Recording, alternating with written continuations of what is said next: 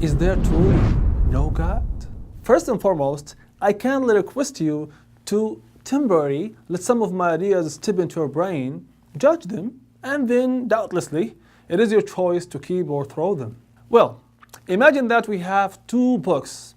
The first one is a bit thick, and the second one is extremely thin, and both of them contain the same exact amount of data. Then it is obvious that the intelligence which was involved in making the thin book is superior to the thick book's intelligence.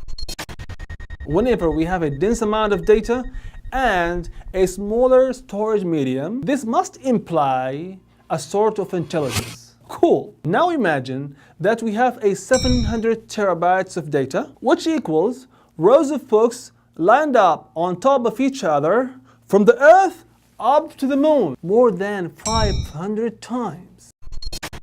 You see this 2 terabytes hard drive? Imagine an amount of data stocked in 350 hard drive like it, and it was possible to store it in a storage medium sized a needle tip or smaller.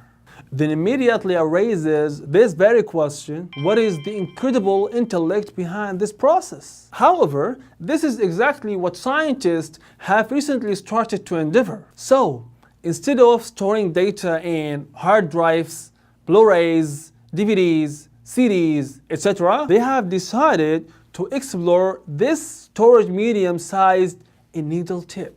I mean the genetic code DNA, which is located inside the nucleus, which is located in the cell. If the scientists succeeded in cramming a tremendous amount of data inside the DNA and were able to secure them in a safe place to last for thousands of years, would any rational act irrationally and guess that this might happen by chance and randomness? No sound-minded human would say that at all. Now focus. Over time, scientists tried to unzip the DNA. Lately in 2003, they made a big stride into cracking the DNA and decoding the data there. But a bigger stride has taken place in 2012 when bioengineer and geneticist at Harvard West Institute have successfully cracked the DNA storage and have discovered that 1 gram, just 1 gram of a DNA can store 700 terabytes of data. The ex-evolutionist Dean Kenyon, professor of biology at the University of San Francisco, has referred to the huge storage capacity in a cubic millimeter of the DNA. You can calculate the number of bits contained in tightly packed DNA material, let's say, that would fill 1 cubic millimeter of space, as equaling 1.9 times 10 to the 18th power bits. Now that number is by many orders of magnitude vastly greater than the storage capacity of the largest computing machines that we have. Also, Francis Collins, the ex-atheist and the director of the Human Genome Project, said in his book, The Language of God, the human genome is 3 billion letters long.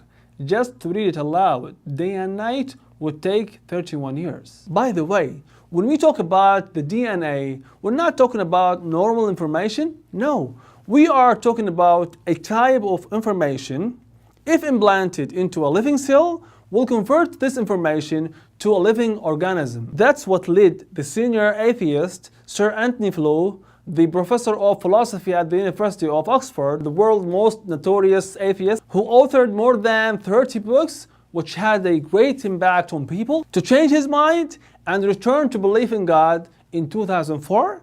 And he authored his book, There is a God, in 2007. And maybe this is the suitable time to listen to this verse of the Quran. أم خلقوا من غير شيء أم هم الخالقون أم خلقوا السماوات والأرض بل لا يوقنون. Yes, being created by no creator is always rejected by the innate mind, let alone creating ourselves by ourselves. That's why scientists and many others have turned out to be certain that the possibility of this huge world to come out by chance and randomness is zero.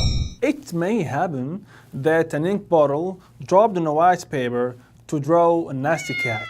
It may happen, but these scattered ink drops will never write your full name, nor will it guide you to your home place. First of all, because this goes totally against the innate logic, causality. Second, it is due to the fact that randomness and chance have a bound restriction. Let me tell you how.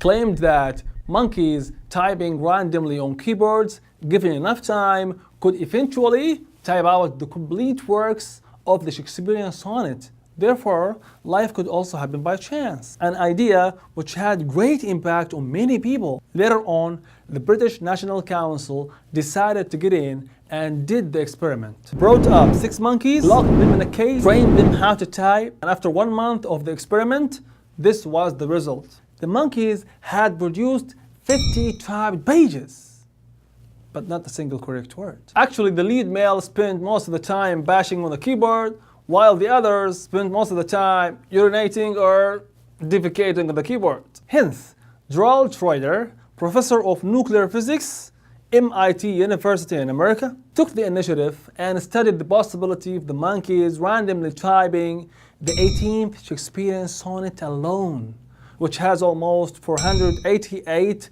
letters, and came up with the following. The possibility is 10 to the power of 690. Taking into consideration that the universal bound probability law said any possibility exceeds 10 to the power of 150 is considered to be impossible.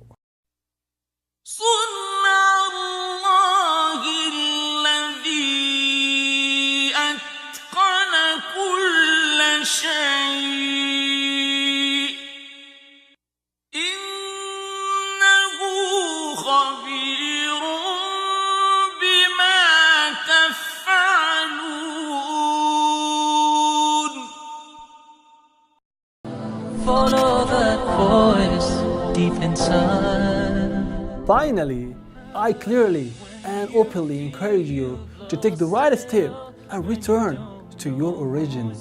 Thanks for watching. Wonder why you're so alone, worried, and when faith begins.